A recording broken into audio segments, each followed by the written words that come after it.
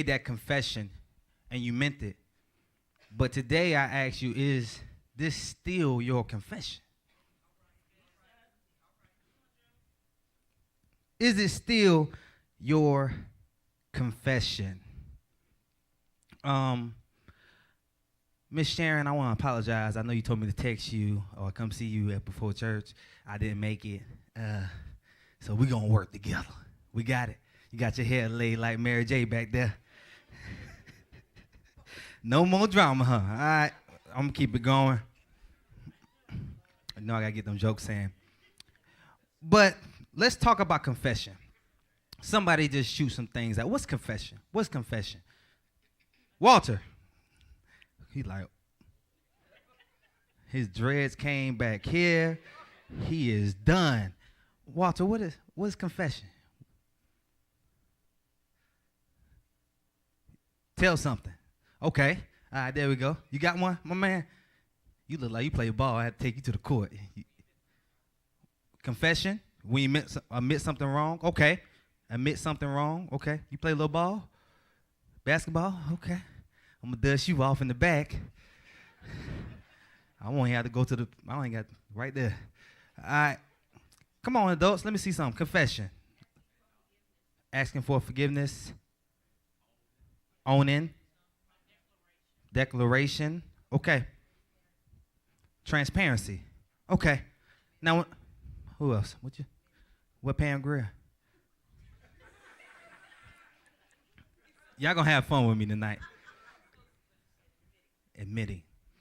Now, when I hear y'all, I hear a lot of like forgiveness, admitting. It's almost as if something has been done wrong.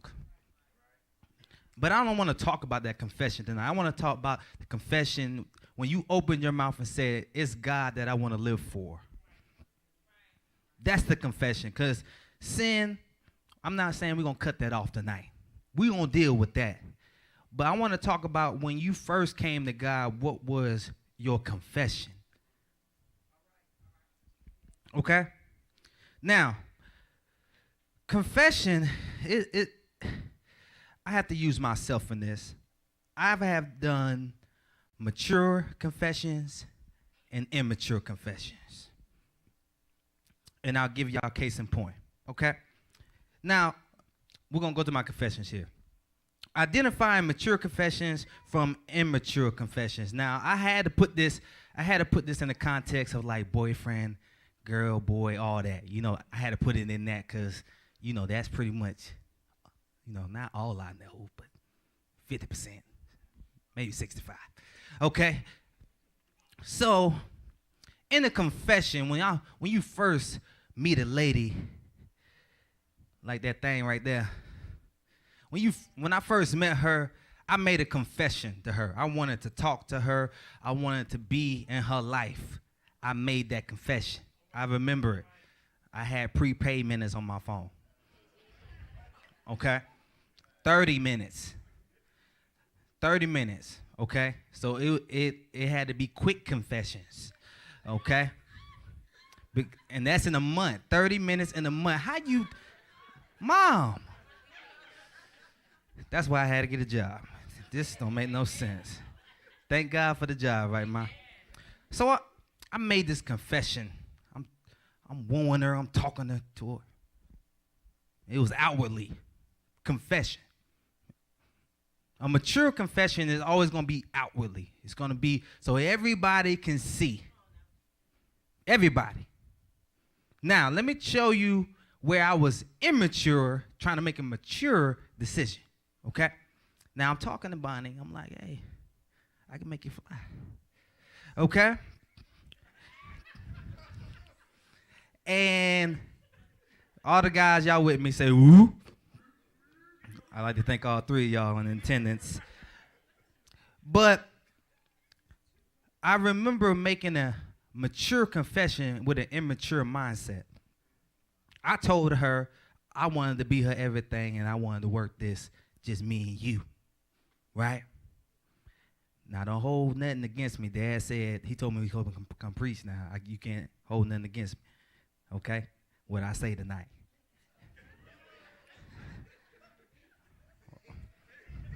She ain't give me no feedback. I don't know where to go from here.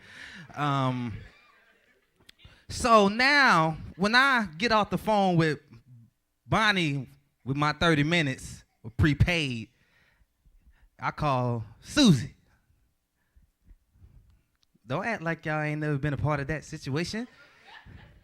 Some of y'all done did it, and some of y'all living it right now, tight. I call Susie. And I'm telling Susie that you all I ever need. You everything to me.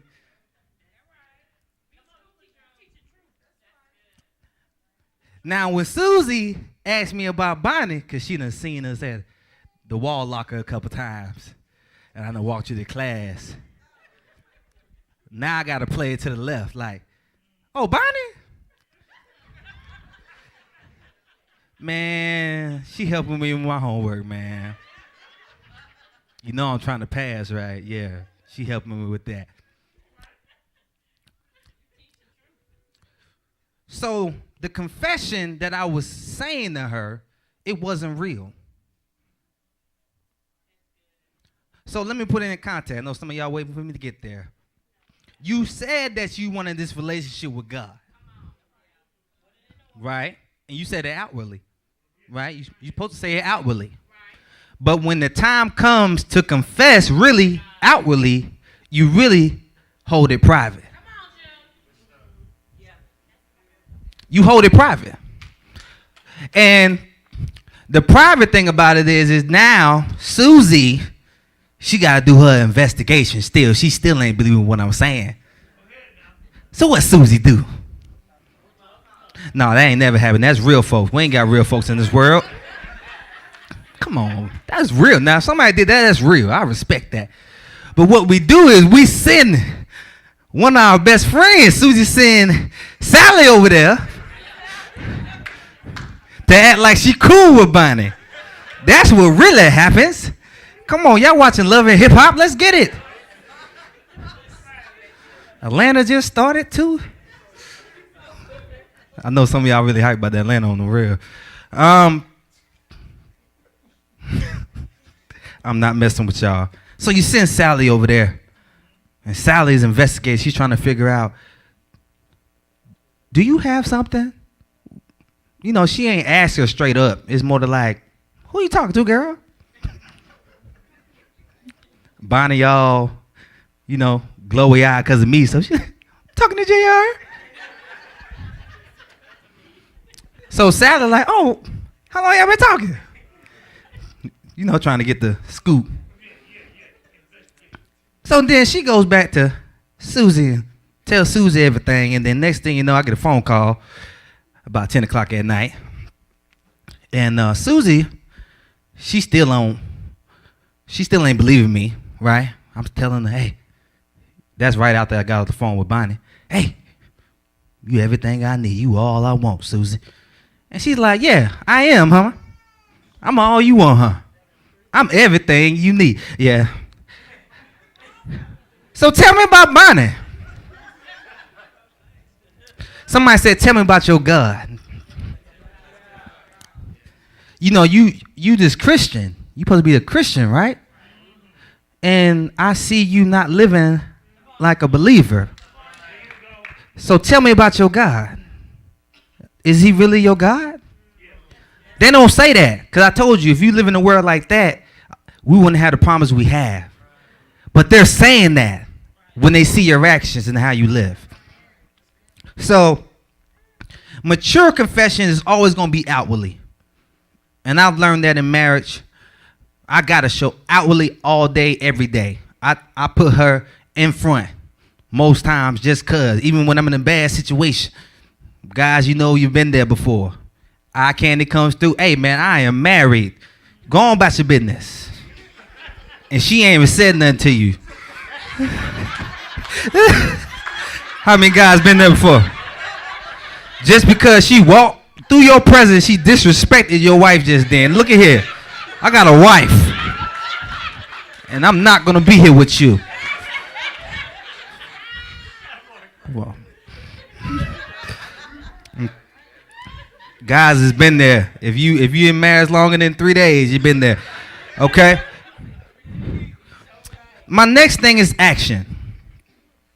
And with action, I've learned in maturity, your mature confession is that you're not really proving to them so much than you're proving to yourself. You're proving to yourself, this is what I really want. But in the immature mindset, that is total opposite. The whole time I'm trying to prove to her that I want her, but really I don't. Or I really want her, but I want Susie too. But I gotta prove to her that it's just her. She the point guard. Chris Paul. Right? But when you do a mature confession, most of the proving won't be to your significant other. They just reap the benefits of that. The proving is to yourself. And it's validating your claim. So if I say I have this relationship with God, I say that God is my everything. Now I got to start proving to myself that he's my everything. Because there's things coming along where I can veer and go this direction. And every time I miss it, I'm not mad at nobody else when I miss it with God. I'm not mad at nobody else. All of us, we're never mad at anybody else when we miss it with God. We're always mad at who? Ourselves. Because we at that time was not able to prove and validate that we love God like we said we did. So it's action. You know, married men that's hoping to get married one day, it's action. It's always action. Let me tell you why it's action. Every year around Valentine's Day, before, men talking trash. We talking mad trash. I know it. I ain't got to have this conversation. I've been doing it for how long? Long enough. And we talk trash. Man, I got something for Valentine's Day last time. I ain't finna do all this. I ain't got time for all this. I'm gonna do something a little small, and that's about it. And then she can be happy. If she ain't happy, then she can keep moving. That's how God be saying. But tell me why every Valentine's Day, about 2 o'clock, because everybody at work, go to your nearest Publix or your nearest Walmart, and you see all the men on the aisle like this.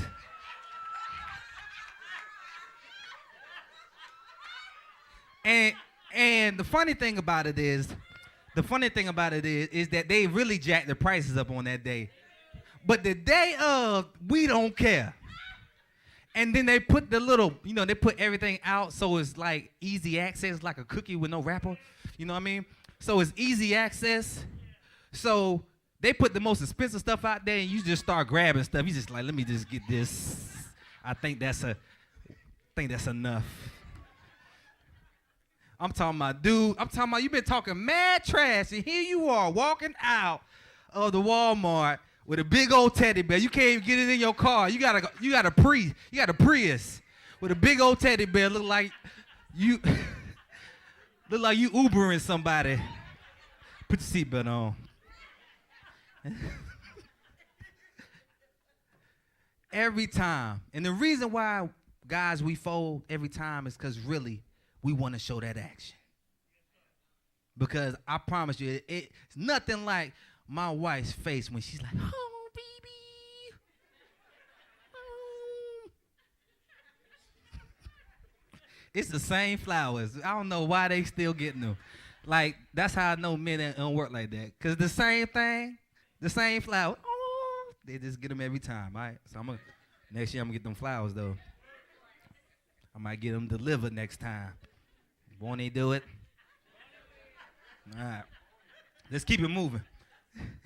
Y'all know I'm for real about that Valentine's Day. Y'all seen them, all the men on the aisle. All ages, too. Number 3. Mature confessions from immature confessions. Believing in and selling out. Now, when you got an immature mindset especially when it comes to relationship, you always have what I like to call a tipping point. You say, this is as far as I'm going to go. If you cross this line, you know, I really don't need you. I go on about my business. Right? Everybody had that tipping point. I'm not sure what your tipping point is. Your tipping point, you know, is different from mine. Okay? Now, I do have what I like to call the closer. But we'll talk about that another time. Okay? Hey, that's just me. I'm not y'all. I'm just me. There is a closer in my book. My wife knows my closer, and her closer is my closer. Okay? If you don't understand, I'll talk to you later about it. But believing in and selling out puts the mindset that I am invested in this relationship. But if you, in your mind, already say, if this don't work, I can go here, that's immature confession. Your heart is not really sold into what you're sold into. So a lot of people, they go into this thing with their relationship with God, and then once a few things don't work, they feel like they got more options. You know, money and it's always when folks get blessed that they act crazy. You know, money good, you know, you current, you know, when your bills current. You ever felt like that? You ever woke up and you current? Ain't no, whew, it's a different feeling. It's a wake up, everything on time, and you got $10 left over. Ain't nothing but $10. But that just, you go get some nuggets and pick two everybody. Oh, everybody get some. You gotta tell you we coming. You know what I'm saying? But if you are not invested into this relationship with God, and you feel like you have options, you feel like you can make it without him. And it's not always what we say with our mouths, it's our actions. You start slipping up, you ain't doing what you're supposed to, you ain't praying like you're supposed to. You know, your relationship is dwindling. And everybody seeing themselves when they going down that slope. Everybody see it. But we just want a free fall. It's cool. I don't know that. But every once in a while you get a call that says, hey, you need to straighten up. Normally that's my mama. There's telling me to straighten up. I'm not sure who's yours, but she's definitely calling all the time. Okay? But when you are invested with a mature confession, you're selling out. Like there's days I have looked at Bonnie and said, baby, this is all we got. And she don't even know where I came from. I just wanted to tell her, baby, look, I ain't dealing with no more other crazy other than yours. I ain't got time to learn no other crazy. All women got crazy. That's cool. It's called estrogen. All right? Shots fired. I got the mic, so back up. I will have you escorted out the premises, and I will raise your tithes. Let's go a little deep, okay? Y'all ready? Say go deep. Conditions will change in a relationship. Conditions will change, but the confession should stay the same. I want you to really put that in your head, because that's what I had to learn in my life. Now, me and my wife, we're going to be celebrating 8 years of marriage here, May 13th. Clap your hands. I'll come down there. Y'all better clap your hands. I will come down there. That's like Fed time. Y'all better back. Only I. And I've really been with her 13 years. You know, the dating process and all that. You know, I knew her for 13 years. I was Mac Daddy and her, whatever you want to call it, you know. Yeah, Mac Daddy, yeah. I took her from a Spanish guy, but I won't get into that. With the good hair.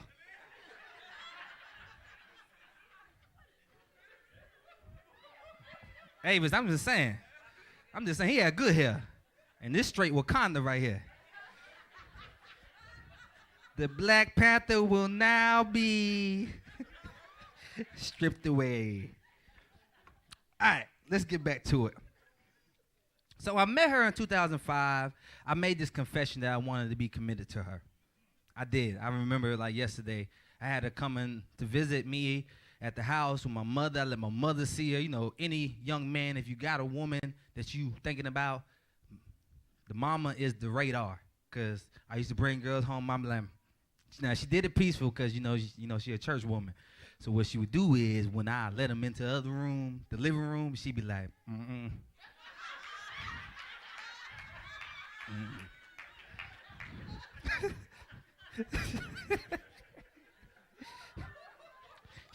I be like, "Mom, what? She can hang today, but it's the last day."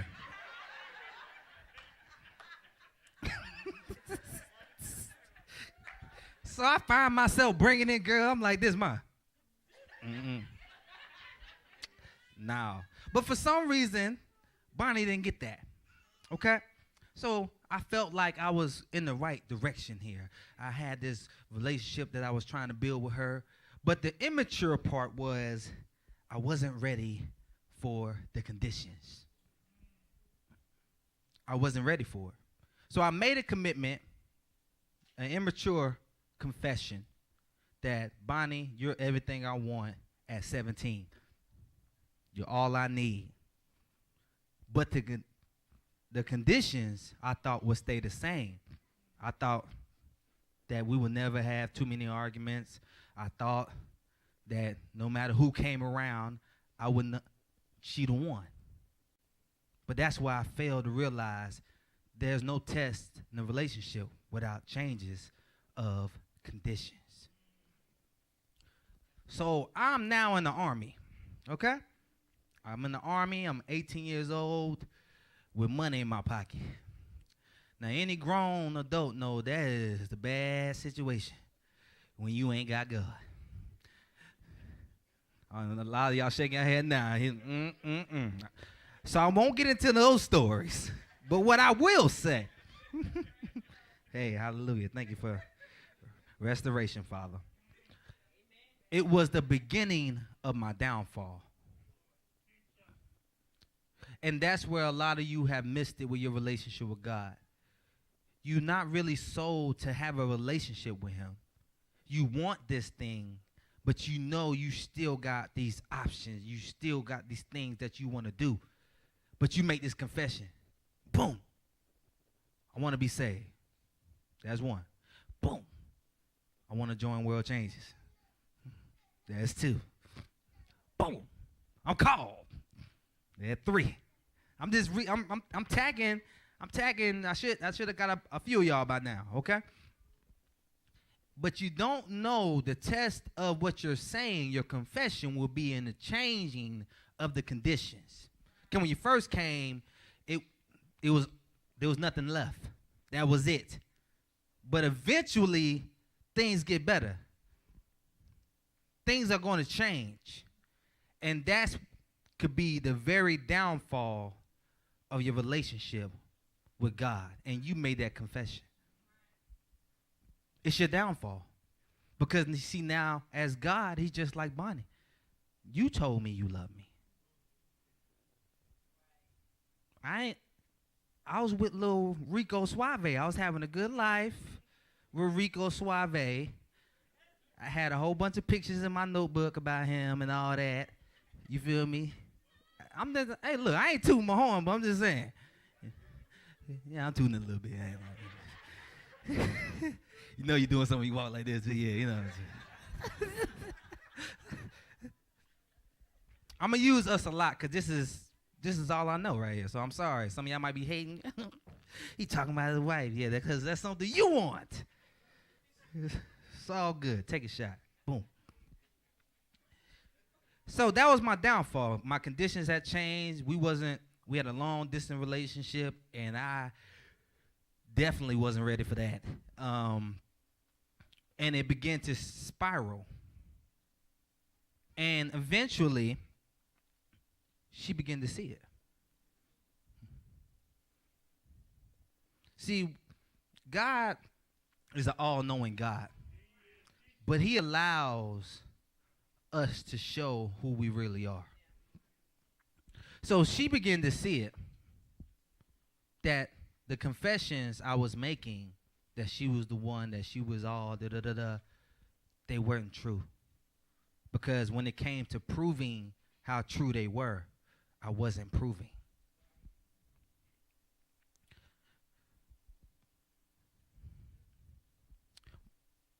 My first scripture, I know some of y'all say, I ain't heard no word yet. We just love connection. I ain't got time for that. My first scripture comes from 1 John 4:15. And it says, whosoever confess that Jesus is Son of God, God abides in him, and he in who? He in what? So if God abides in me, then he is in what? We together. We one. We one. That is not separate. So if I make that confession that God is my everything, why are we acting like God is different? Why do we set God aside? We do. I actually heard people say, you know what? I gotta set this Christian down for a side. I gotta deal with this. I thought you and God were one. If you in God and God is in you, that should be one.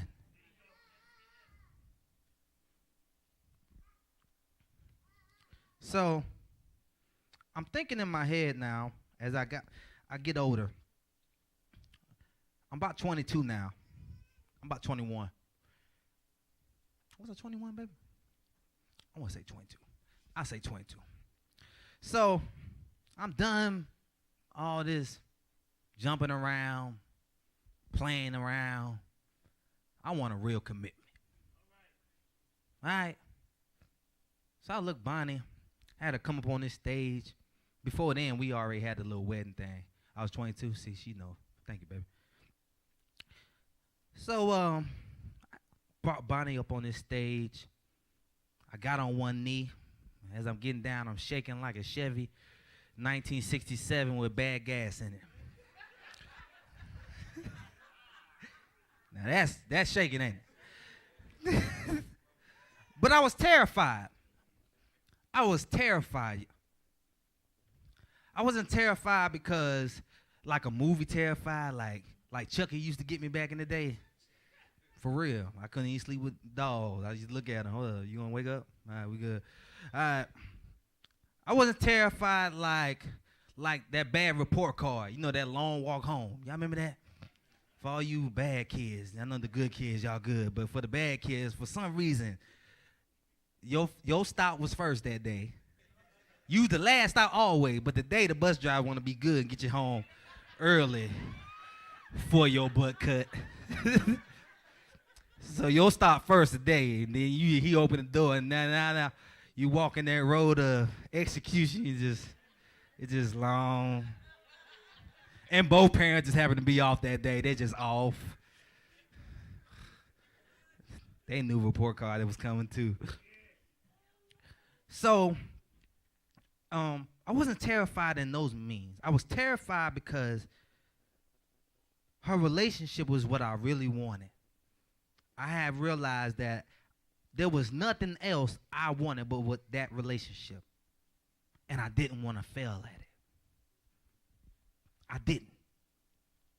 So to put that in the spiritual context, we at some point when you get saved for real, that relationship with God kind of terrifies you.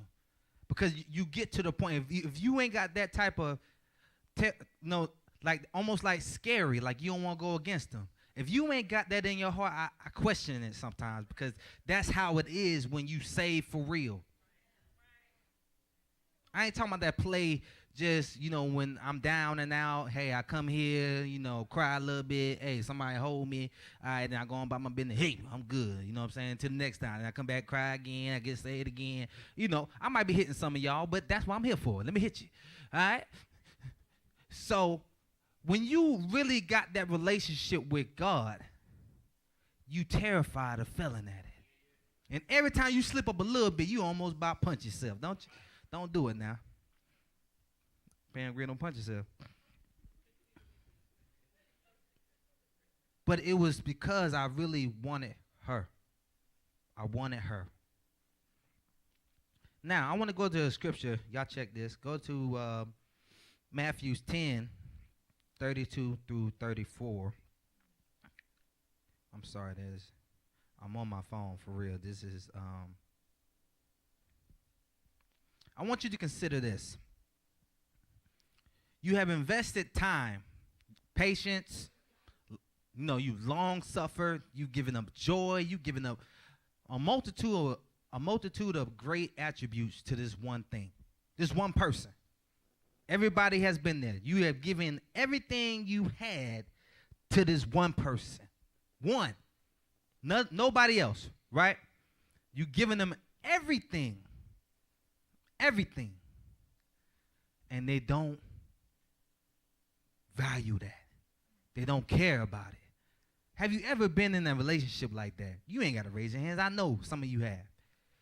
Now, I want you to tap into how you felt when that happened. To invest time, patience, long suffering, peace, even your joy, your happiness for this one person. And they just don't care. It's almost with no remorse. I want y'all to see why y'all doing that to the Father. The same way. He has invested time, patience. He's long suffered with you. And here you are the one that said you love him. That he's all I need. He's all I have. But your actions show totally outside, something totally different. Tell me how he feels. Some of y'all go through a bad breakup. We don't see y'all forever. You hurt that bad. You can't eat like Jay Holiday. You can't sleep. Can't eat. Okay. Hey, y'all had y'all little moment. Old school. That's my old school. When I grow up talking about stuff, that's going to be the old school. It ain't going to be Anita Baker. I don't know Anita. I know Anita Tron. I know Anita Baker. She going to get me. Yeah, it is Tron, by the way. All right, let's keep it moving.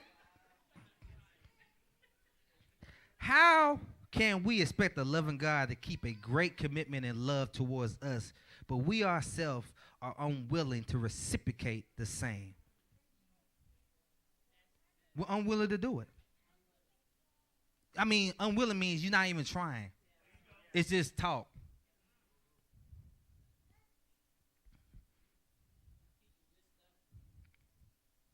So let's fast forward. Let's fast forward here. Say fast forward.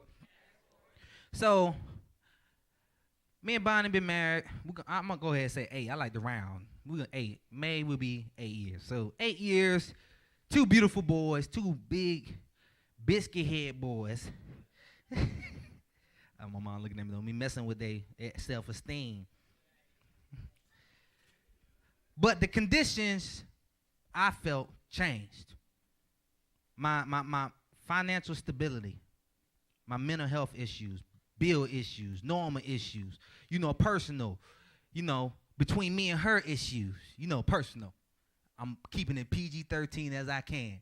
You understand me? Everybody got it. I looked at Mo because Mo know what I'm talking about. All right? Conditions have changed. And I remember last year my wife told me something that crushed me. She said, baby, I'm not happy.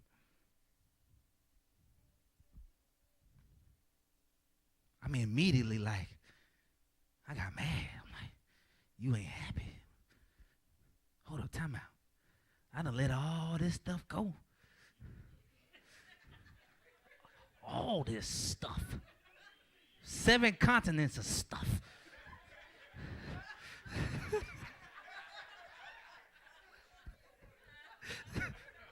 Know how much stuff that is? Kids in here, so I got to keep it PG. Almost got mad again. Now, let me bring y'all back.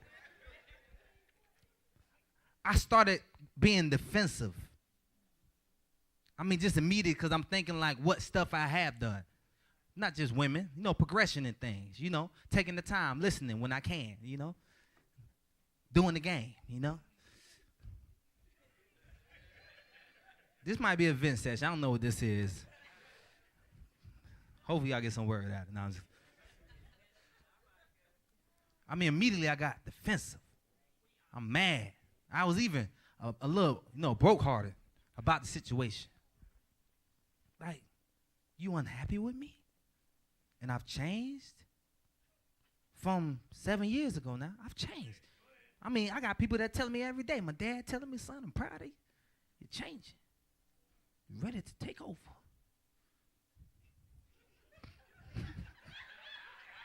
Not yet, though. He always give me that Lion King talk. Remember who you are.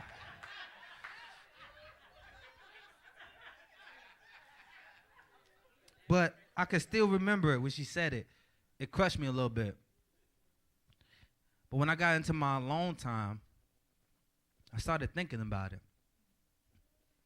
If she's unhappy in what I'm doing, then I have to make a change. Not because I want to, because I feel like I'm good. I'm making a change because she wants me to. That's what I had to learn.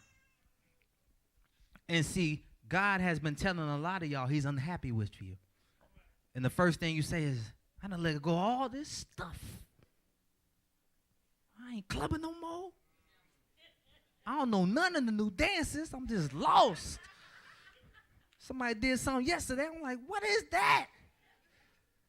I don't drink no more. I ain't gossiping. I'm reading my word when I can. You just come with a whole bunch of defensive mechanisms. But God is saying, son, daughter, I'm not happy with you.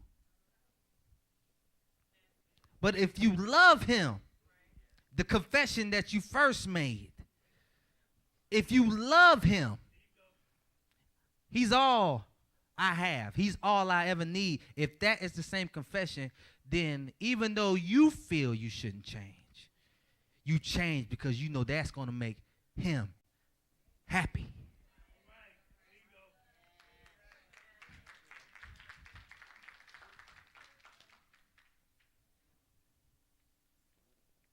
I want you to go to, are we at Matthews 10:32?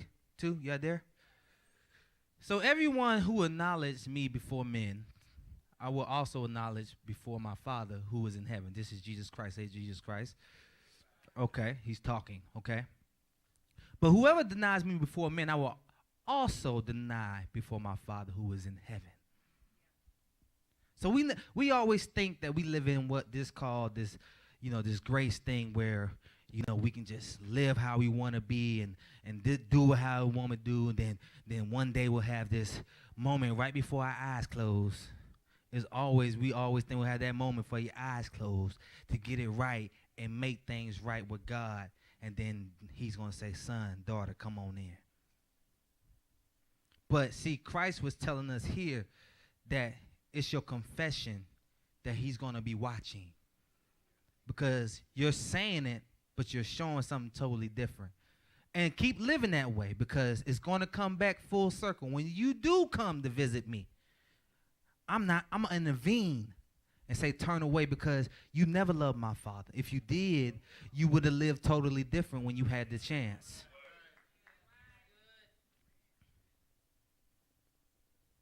As I scroll down this Android. As believers, we must first remember our confession that we made. Sometimes it goes back to going to ground zero. Anybody ever went back to where you used to live back in the day? You just drove past. You like, Lord, thank God you got me out of here. Anybody ever did that? Raise your hand. If you haven't done it, I advise you to do it. Just go. Go see where you used to live, where you used to abide. Now, if you came from a good place, hey, okay? But if you came from a place where you needed something better and you go back and visit that, you're like, wow, I survived that. I came from that. It makes you appreciate where you at just a tad bit more. But sometimes it takes you revisiting where it all started. I remember as a kid, I grew up saying a whole bunch of stuff. You know, when we eat our food, when we cook, we ain't gonna have to go outside to eat it. Because it got hot. That's basically what happened, guys. The AC wasn't working. For some of y'all that had AC, my mom, she used to cook real good. And when she cooked it so good, it made everything hot. So we had to eat the cooked good food outside. Okay. I mean, the oven, in the wintertime, you let that down. I promise you, and it's hot too. Woo! You put that, don't stand there about 2 minutes, it's too long. My leg. Ooh, I mean, one time I fell asleep right there on the floor by the oven. Ooh, boy, I woke up, I needed about 3 waters, and let me get 3. All right. But you don't remember those. I remember confession, like, I'm not going to do this. I want different for my family. And she did it good. This woman did good. Stand up. Stand up. She did good. She did good. She did good because she held on to that first confession. She wanted to change the dynamics of the family. And she changed it. And I wanted to do something different. You want to do something different. It's all a lot of confessions everybody has made in this room that you want to see down the line. But to appreciate where you have now and appreciate what you got is always remembering where you came from.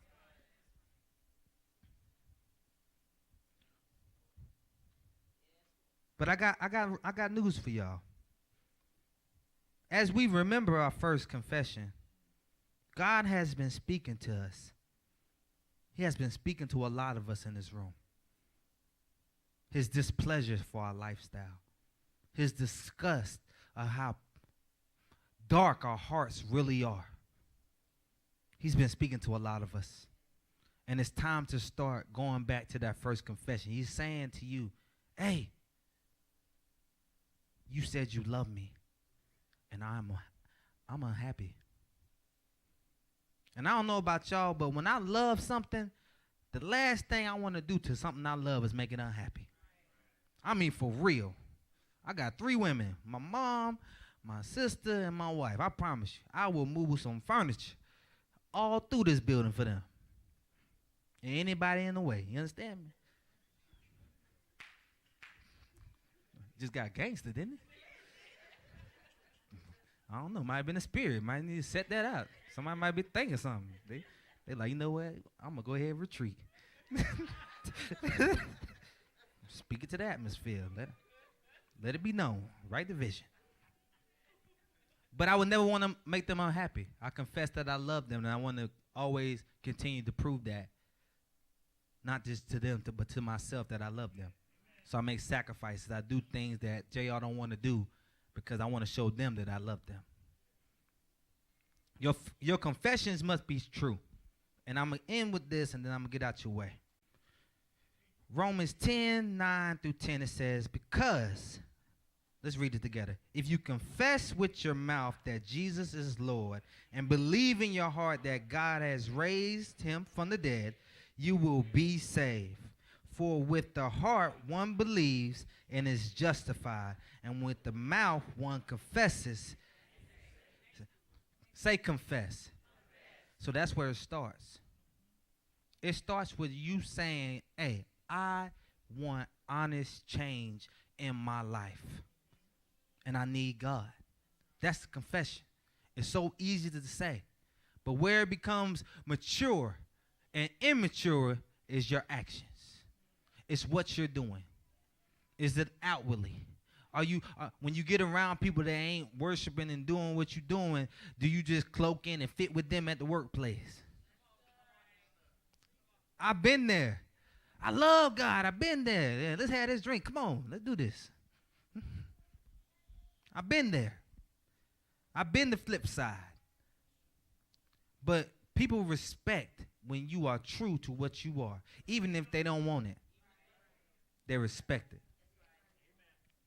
So as you stand to your feet tonight, I want you to know your confessions mean everything.